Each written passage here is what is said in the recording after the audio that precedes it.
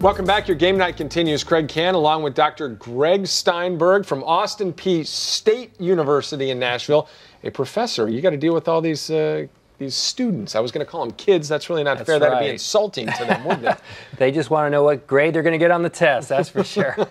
How many actual players in your class? A lot? We usually have a couple golfers, and the other ones think they're players. And they come up to you, ask any tips on? They usually say, "How do I become a better putter?" And I tell them, "We'll just hit it closer to the hole."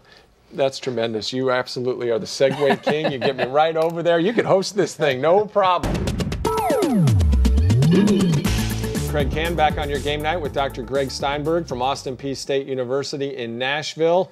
He spent some time studying golf, players, and all those philosophies. And by the way, I hope you enjoyed Annika Sorenstam. That was a lot of fun out there in Tulsa. A special talent, 59 for her. This is right up your alley. How does somebody accomplish this? It had never been done in women's golf. Well, I relate to the ceiling of confidence. Most of us, let's say we're an 85 shooter, okay? We feel comfortable shooting between 78 and 88. But what happens is, let's say we're playing and one day we're on the 14th hole and we're 2 under. Now we're in the stratosphere. Now we're so fit. We feel so uncomfortable. We feel nervous, and all of a sudden our muscles get tight and we have a couple blow-up holes, and now we're back into that feeling of comfortable that we're okay here. We're mad though that we ended up there. We're mad, but we're okay in this comfort zone. What's amazing about Annika is her ceiling of confidence is way up here. She was trained to believe in the 54 vision. She was trained to believe every hole is birdieable. And so when she's 8 or 9 under, she's comfortable. There is no stratosphere for her because she's always in the stratosphere.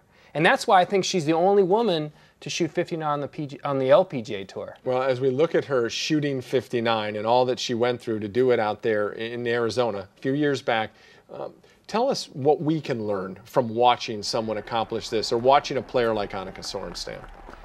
I think when you're shooting a great score, the secret is not to think about your score.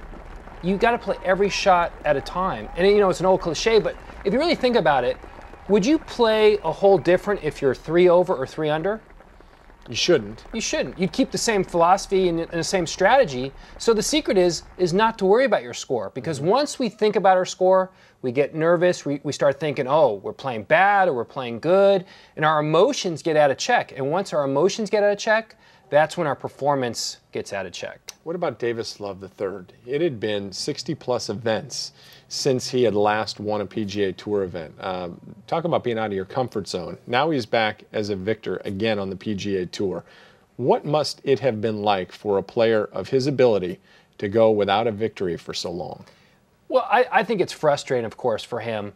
I think what he has to do, or what he's done in the past, is kind of recall those previous great events or tournaments where he played well.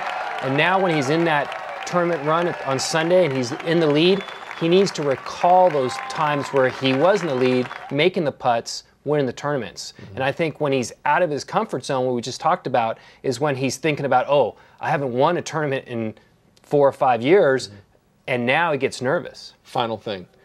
Let's say I haven't played a good round in 3 months. Kind of the take Davis Love, put me in his shoes. How do I get back to playing good golf? Well, it's all about recalling good feelings. And what I recommend a lot of players is write I call it a victory log. Write in, when you have a great round, write down what you were thinking and what you're feeling, the time of day, the golf course, and put that in your golf bag. And then what you do is you take that out before a tournament round or before a competitive round, and it brings up those good feelings, those good thoughts, and puts you in the right mental state. A lot of people say when you find something on the range, write it down. You find something on the golf course, write it down. Thank you very much. Speaking of the range, Annika on the range right now. Enjoy the program. We will be back.